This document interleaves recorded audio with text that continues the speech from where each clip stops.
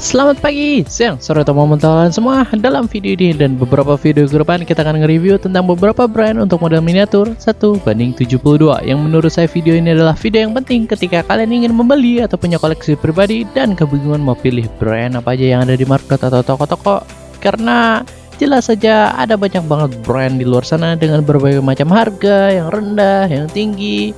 Tapi untuk video ini kita akan mereview brand Easy Model dan miniaturnya adalah T54.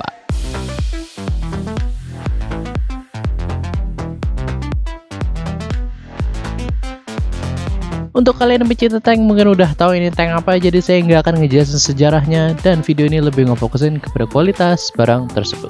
Pertama-tama saya mau bilang kalau diecast ini sebenarnya mempunyai 4 varian camo, tapi sayangnya kelihatannya varian camo tersebut sudah susah dicari di toko-toko, jadi yang paling bakalan kalian sering temui adalah varian nomor 35022.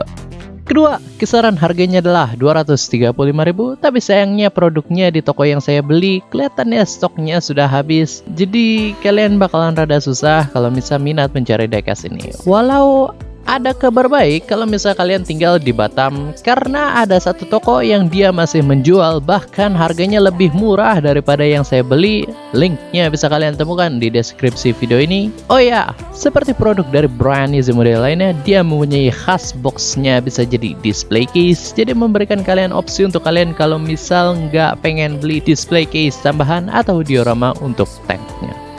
Ketiga, build quality. Dari bawah hull sampai atas turret bisa dibilang bagus. Sama seperti mouse pada video sebelumnya, semua sisi hull dan turretnya terbuat dari plastik, tapi perbedaannya adalah ketebalan plastiknya.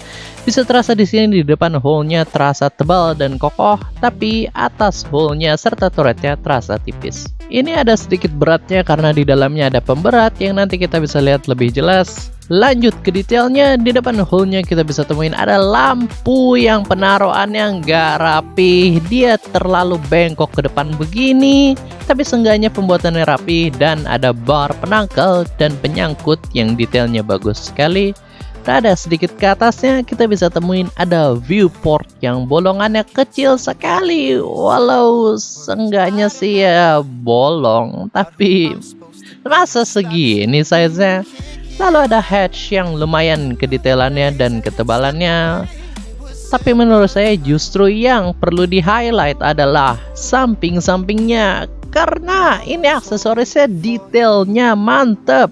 Ada box-boxnya yang detailnya bagus sekali, knalpot semacam kayak jerry can, mungkin saya kurang tahu juga. Tapi di belakangnya ada 2 barel yang menurut saya pembuatannya oke. Walau kelihatan jelas sekali kalau ini 2 piece yang disatuin, tapi ini masih lebih rapi pemasangannya daripada brand Amercom pada model JS3 pada video sebelumnya. Lalu di sini di belakangnya ada engine decknya yang sayangnya nggak terwarnai sama sekali, tapi detailnya menurut saya bagus. Ke atas turretnya bisa kita temuin ada 2 viewport yang beneran bolong dan ada hatch yang beneran bolong-bolong juga, yang menurut saya pembuatan hatchnya ini rapih dan cantik sekali. Ditambah dengan ada bar-bar di sekitaran turretnya yang nggak gampang patah, disertai ternyata di depannya ini beneran bolong slotnya. Entah ini untuk machine gun atau viewport, tapi bolongnya ini rapi sekali. Lanjut ke bawah tanknya bisa kita temuin tracknya terbuat dari karet. Satu hal yang paling saya kurang suka dari ini adalah tracknya dilem. Walau saya mengerti ini dilem begini untuk menghasilkan secara visual lekukan track yang realistis, tapi konsekuensinya adalah kalau misal kita lihat ke belakang nih, kita jadi nggak bisa ngebenerin bentuk karet yang udah bengkok begini.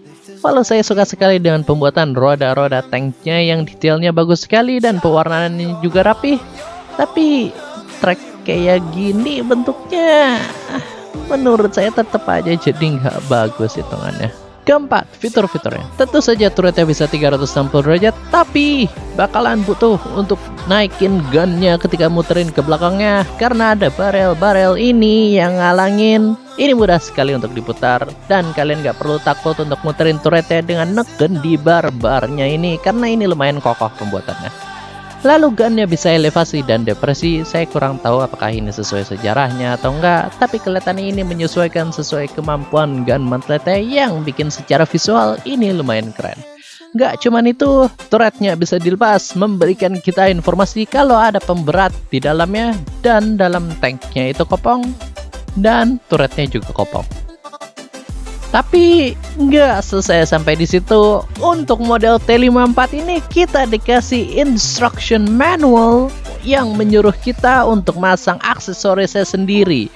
Kelihatannya simpel sekali, tapi ini adalah fitur yang sebelumnya nggak ada di easy model untuk tank-tank yang pernah saya review sebelumnya. Dan menurut saya ini adalah fitur yang lumayan bagus karena seenggaknya pembeli bisa milih mau versi tanknya yang ada machine gunnya atau yang polosan aja. Jadi kesimpulannya gimana?